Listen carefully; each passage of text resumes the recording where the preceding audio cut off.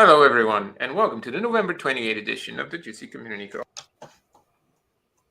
So, probably the most notable project that we have right now is 10,000 participants. Um, we have been able to reach 10,000 participants.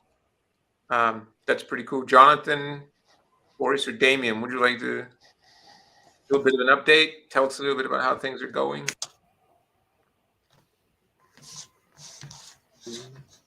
Yeah, we managed to reach the numbers, and so most of the code is in, like the JVP one, and currently Boris is working on the GCOFO part.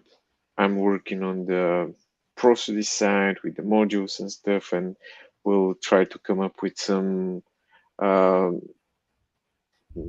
simple docs for enabling that. And yeah, it's currently in the process of all the code to be merged. Yeah. Yeah, that's great indeed. One of the important things, I think we might have mentioned that in the past.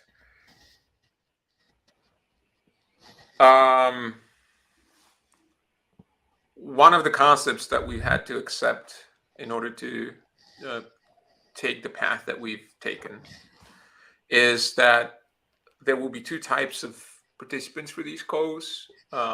It's what we call guests or participants versus visitors, and the visitors would only be there as watchers. They wouldn't be able by default to send media, and obviously we would then work on making sure that the transition of a visitor into a participant is well supported and optimized so that it's not too disruptive. So it will be possible for people to transition, but it wouldn't be, there would have to be some,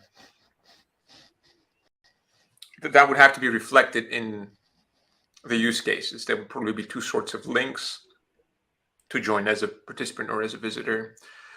Or maybe we'll do something automatic where beyond the nth participant, people are automatically made visitors, and then it would take an upgrade or a password for a visitor to upgrade to participant. Are there any questions on this project? And by merging code, I mean we're working on what we have to now, but there is still work to be done around the things that Emil just mentioned around the UI, moving between visitor and main participant and stuff like that. Yeah, I think we're still early. Yeah, we're not about to release this, but I would say the biggest question mark of are we even able to do this on the pure transport side? That has now been cleared. We are able to do it. So from here on, it's hardening code and working out the use cases. Would anyone else want to comment or chime in here, or maybe ask some questions? Can I ask a question? Of course. Thank you. So my question is about subtitles and transcription. All right, sorry. Let's wait a second. So we're first going to go through the team. I was currently asking for questions with regard to 10,000 participants. So Freddie has a question about how we are handling prosody in order to handle this load. So part of this, Freddie, is that visitors are.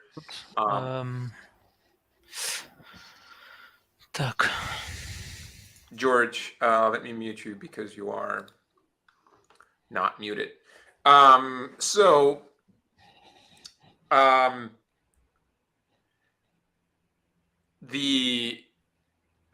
The point of having visitors is also so that we would need to send and exchange less.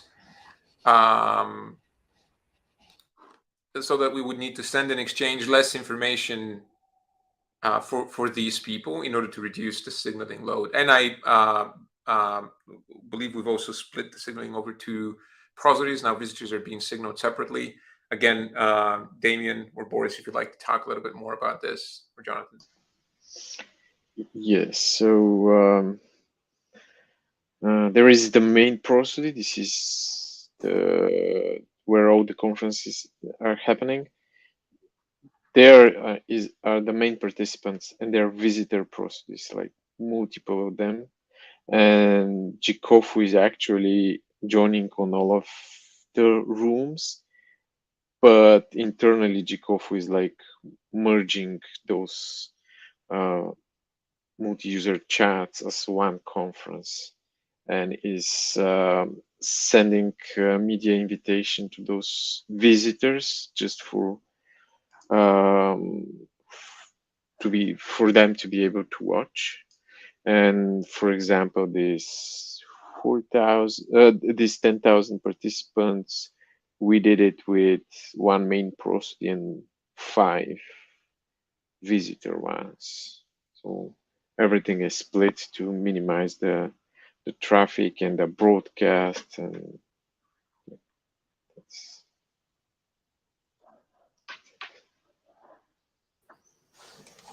I have a question on that. Yeah. So a couple of things. Is the assumption that because of the visitor and participant having different tiers of services, you're taking advantage of the same UI, like the current speakers will be from the main prosody, and all the information will be propagated from the main prosody to the visitor prosody? And as a subsequent question to that is, if a visitor wants to be promoted as a participant, how are we going to do that? How does that affect this? The fact that you're not sending too many live updates to the participants in a conference. How do you think it's going? Does it affect, or B, and how do you think it affects? I don't understand the first question. The second question is, it will take some form of reinitialization to get a visitor to become a participant. Okay. So we might have to create a new peer connection, or at least do a set local, set remote description, and they would have to connect to a different bridge. So my expectation personally is that it would end up looking potentially something similar from a user perspective. It would probably look something similar to the switch from a two-way peer-to-peer call to a three-way bridge call. Okay. So there might be a bit of a glitch, but not too big. That's my expectation. I don't know if anyone wants to disagree with me here. And it's just an expectation because we haven't actually started doing it yet. Jonathan, Boris, Damien, you guys agree with this assessment? Yes, but both the likelihood and the fact that no work has been done on it yet, so we don't know for sure. And then, Arvin, would you like to repeat your first question? Because I'm not sure. Yeah, sure. So whatever information a client or any of the participants getting on the XMPP side will now to be cached, right? Because there is now a visitor prosody and a main prosody. Assume that there are 50 users on the main prosodies and hypothetically 500 users in the other one. All the subsequent UI updates, who is current speakers and all that is being propagated from the prosody. It's the assumption that because the live participants will be on the main participant, that this is the way to go, that you won't be seeing much difference in the UI updates and all that. And by UI, I mean in general application update, in terms of how much data is flowing between the main prosodies and the XMPP clients on the client side. I think the answer to this is, in short, yes. When you join as a visitor, you only receive presence for the main participants, for the participants in the main room. So in a sense, the main room is being broadcast to all the visitors through those extra prosody nodes. Right. So for a single visitor, it receives pretty much the same presence as a normal participant would. Okay, and the presence information of other visitors are irrelevant in this case, or am I missing something? Correct. Yes. Presence from visitors is not broadcast anywhere. Right. So it is not a pure 10,000 conference call that way. It's a 10,000 participant capable call. It's a call with up to 10,000 viewers. Okay. Yeah. No, that's good. Awesome. Thank you. Right, and there's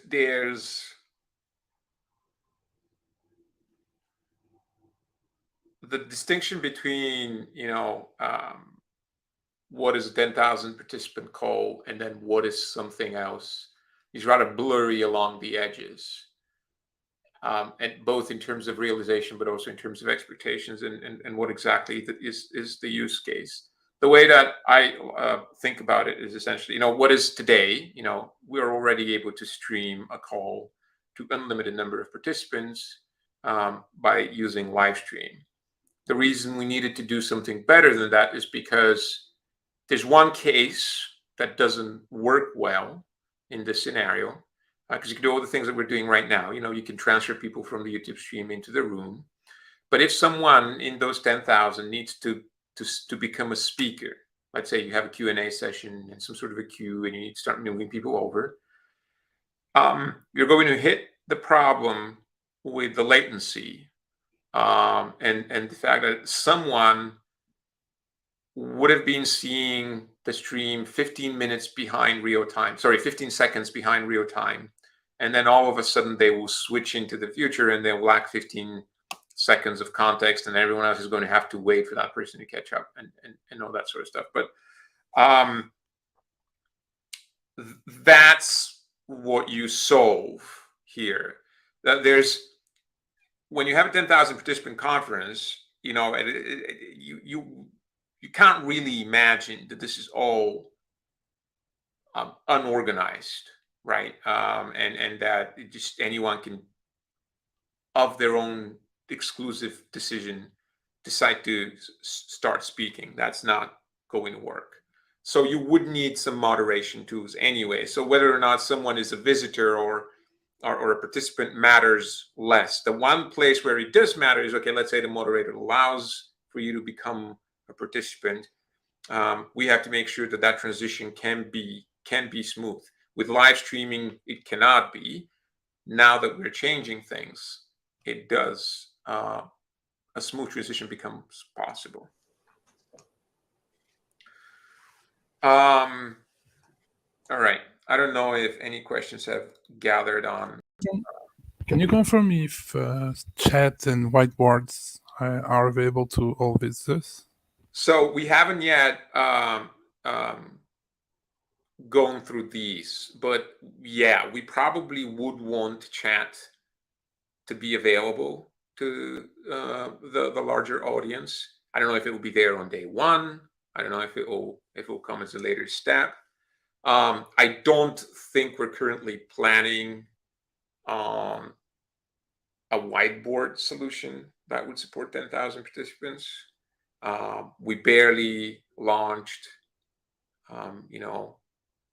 the current whiteboard that we have, which is rather, early stages yet, and without having thought about it too deeply, I don't think it's going to scale to anywhere the size that we need it to. And I don't know whether we would attempt that in the near future. So that might be one of those cases where you would need some other form of solution. The other thing that we might want to have working is pause. That's, the problem with whiteboard is that I don't know what you want to do with a whiteboard for 10,000 people. It's clearly, it's not everyone starts writing, right? So the specific thing that you need might be a very specific use case, and therefore might be better accomplished by integrating Jitsi into something else that does what you need. With pause, I can imagine, surely, there's all sorts of, like, it's actually very likely that, you go and do I a think Twitter vote or something. With whiteboard, what you would like is a few people from the 10,000 who have access to the board, but which you can pick something like someone requesting access to the board from the 10K? So, so maybe one way to go about this would be to just mimic the participant visitor structure and to kind of send an update of the whiteboard to all the visitors without letting them send stuff back. That might be something we look into. I'm pretty sure we probably wouldn't wait for that to be there before we release the rest of the functionality. So if it comes, it will be later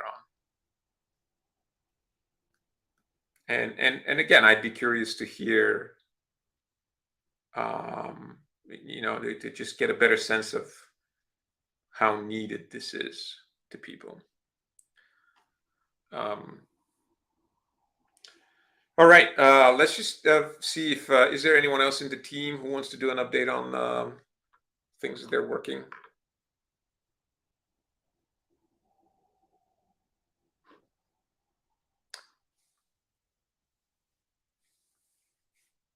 Okay.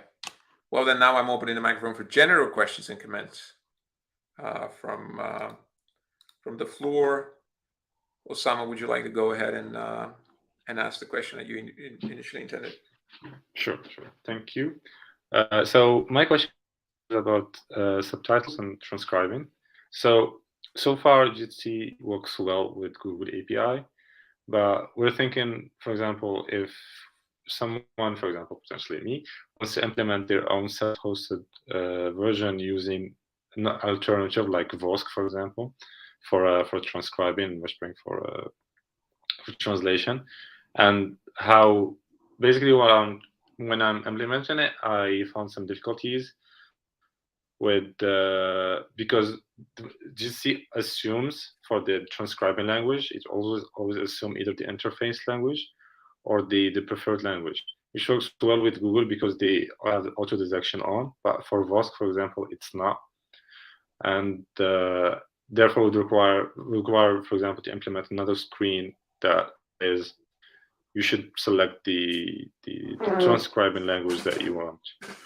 And so my question is it possible to add like a variable to know which service we are using in Jitsi, and how potentially you would think about widening the support for alternatives to Google API?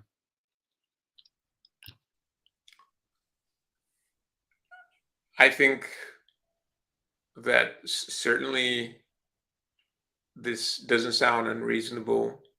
I don't know if anyone here in the team has a comment on this right away. If not, the best thing to do would be just try to pull request or and see what comments you get on it. Or you can start with a topic on community. Yes, that's exactly what I want to ask. So, because there is a pull request by Shah, which is called fix always display transcription. For now, what it does, it checks against basically if there is a translation, it's good, it's very good. But for transcription, it checks against the language of the interface and not the language of the request itself. And this PR would hopefully fix this issue, so that transcription would potentially. And what is the current state? And it's simple, just one line. Yeah, it's we were currently open. Yeah, we were commenting about it, and I was asking someone from Cluj about it that was recently working on it, and it's there. Yeah, I can try moving it forward, but probably it will be next week because there's some holidays coming this week. Okay, that's cool. Thank you. Thank you for your question. Any other questions? Yes, I have a question. For a few months, I have been having issues with the mobile app against my own instances. After upgrading those to the latest stable Debian version, the sound is working, but there is no video coming from the mobile client to the service. So is there something changed in architecture? Do I need to check my stun tons, or is there any tips on how to fix this?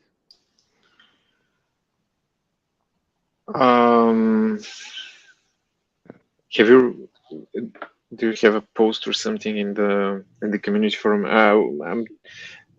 There's some configs to check in the config.js. Okay, so there's some changes there. I found like a 385 something label that was quite well. I didn't get why and what, but yeah. Okay, I can check the configs again. Yeah, you should probably just also ask the question on the community forum and describe it in detail there. Yeah, I will send you right now here in the chat something to check is it there in the config.js, and if it's not, to add it and try it out. But Cool. yeah, Thank you. And right if in not, the forum. I'll open it an issue, but I don't want to make too much issues. Yeah, no, just a post in the community forum is good. Yeah. Thank you. Samuel? Yes, I wanted to bring the subject of accessibility. We started working on accessibility. We opened an issue, and then we started opening pull requests. The developer who was working on it couldn't come today, but he asked me. He said that he has difficulties getting feedback on his pull request. So because there's a lot of duplicate issues, so he wanted to confirm that what he did is okay before duplicating it on the whole code. So I'm wondering what's the status for you of this pull request. Is it interesting for you, or do we postpone the project? I didn't quite understand the thing with duplication. Because let's say you have a pattern that is not good in your markup. So if you change it in one place, then you have to change it in many places in the code base. So he proposed the pull request with only one change to see if this is okay. And then he will duplicate it everywhere. He will make the change everywhere in the code where the problem is. Has that request received any comments? No, that's why he's asking. Would you please shoot me an email with that, Okay. And I'll see if there's a hold up or it's just that it's in the queue. Okay. Thank you. Thank you. I will. Other questions? Yes. Hello. Can you hear me? Hi, George. We can hear you. Yes. Sorry about. No problem. Don't worry about it. I have a question about the Jitsi Meet mobile application. Is it possible? Okay. There's been a new update recently, like a couple of weeks ago, for the version is 22.6, and since this version, we are not able to make we're able to make calls, but we're not able to receive video data because we're using VP9.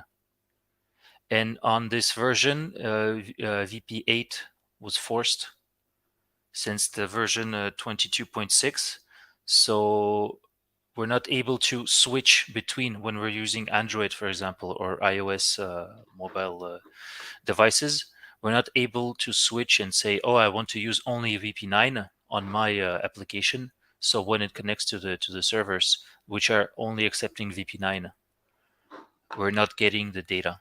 But so why are you forced? So I think there's a problem. Now I might be mistaken here, but I think there's a problem with VP9 on mobile, and I think we do force VP8 for that reason if a mobile participant joins. It was mostly because of concerns about power consumption and devices heating up with VP9. So that was the main concern why we basically made the iOS client stick to VP8 for now. Right. consumption. I'm So taking notes. Thank you. So essentially, our approach to these codecs has always been VP8 is the lowest common denominator. We try to do better than that when possible. Yes. And if someone joins that doesn't support it, like a Firefox instance or, in this case, a mobile client, we make everyone switch down.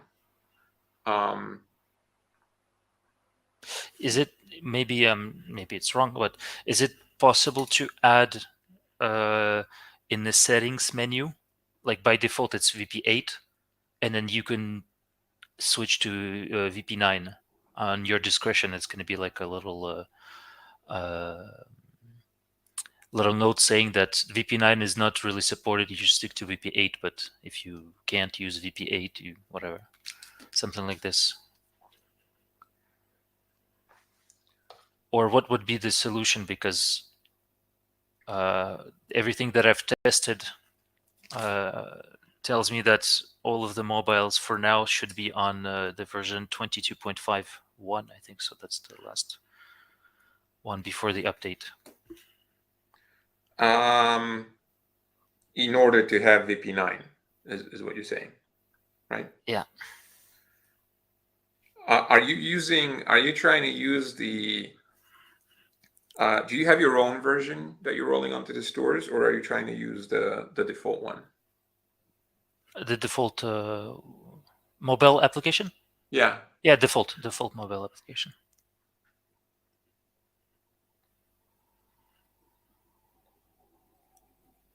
I guess. So and what is the problem with the? I mean, why can't the rest of your system just switch to VP8? I guess that would be my question.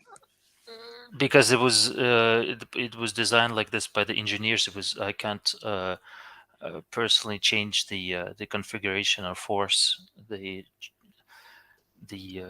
change. Oh, you mean someone else is running the service and they disabled switch down to VP8? Yeah.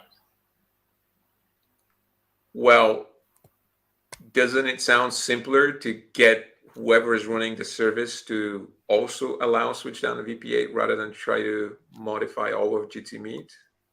No, not all, but have the possibility to switch between the codecs. Right, but that's a modification on all of Jitsi Meet. Every of the millions of instances out there has to ship this button because one administrator decided to disable that option. No, I understand completely. Is it possible to? Yeah. Is it probably is possible to see when there's a mobile phone connecting or not? So, for example, every other device stays in VP9, but if the connection comes from the mobile phone, it accepts VP8. Or I should talk to the engineers about that. But then the mobile wouldn't be able to see the video. True. That's true. So, that's what it does. You know, that's like what you're trying to describe here is kind of what we do, which is, hey, we really like VP9. We'd like to get less bandwidth and higher resolution when possible and whatnot. And we'd only like to use VP8 in last resort. That's what it achieves if you don't disable that option. Now, I am indeed, like Jonathan, I was going to ask, like, what is the justification for removing that option? What does it achieve for everyone? In fact, I wonder why we left it an option. But but I'm curious to hear why they feel they need to disable that switch down. Personally, I don't have the answer. Personally, as well, I would have left it on the auto mode so we can choose a VP8 or VP9. But I was not there. I was not present when they made the decision. Well, if you're able to ask, maybe we can discuss this again next call. Pablo, did you have a suggestion here? Or? Which says default to VP8 on mobile, and it's using preferred codec to be adjusted to VP8. Maybe if you adjust it, like, because if you're using the official Jitsi Meet mobile app, but you're probably connecting to your own servers, and maybe you're still able just to adjust this option. Maybe I can share my screen real quick. Do you mean with the URL parameter, Pavel? No, because when the mobile app is connecting to the server, it's fetching config.js from that server, right? So if you would override this video quality preferred codec, maybe that will do the trick. If you define it on your server to be VP9 here. Video quality. Okay, I will write it down. But so, I suppose if I understand happens correctly, is you George don't doesn't have have- access to our to the server. Is that correct, George? For the modification, no, but I can check the config.js. For what modification? To modify the servers, I have no. But I think what Pavel was saying is that they probably enabled this behavior through config.js. So if you do have access to config.js on the server, you can just change it there. And if you don't have access, then you can at least try by overriding config.js with URL parameters. Okay. Pavel, was that your idea? Yeah, I suspect they should have access to the config.js on the server. But yeah, either URL should work or this. Yeah. Okay. Thank you very much. Hope this helps. Thank you. Any other questions, everyone? While people were thinking for the last questions, I see a comment for Freddie. You can't mix. You can't have a mix of codecs. That is, currently what you get as behavior. Indeed, you can't really end up with a mix of codecs. In general, it's possible. It's just that the issue isn't so much having a mix of codecs. It is having devices that do not support certain codecs. So you want to make sure that everyone sends their information in a way that every device can handle. That's where the constraint comes from. Okay, has anyone thought about the questions? All right. Well, thank you very much, everyone, for stopping by. And I wish you a wonderful couple of weeks and see you again in December.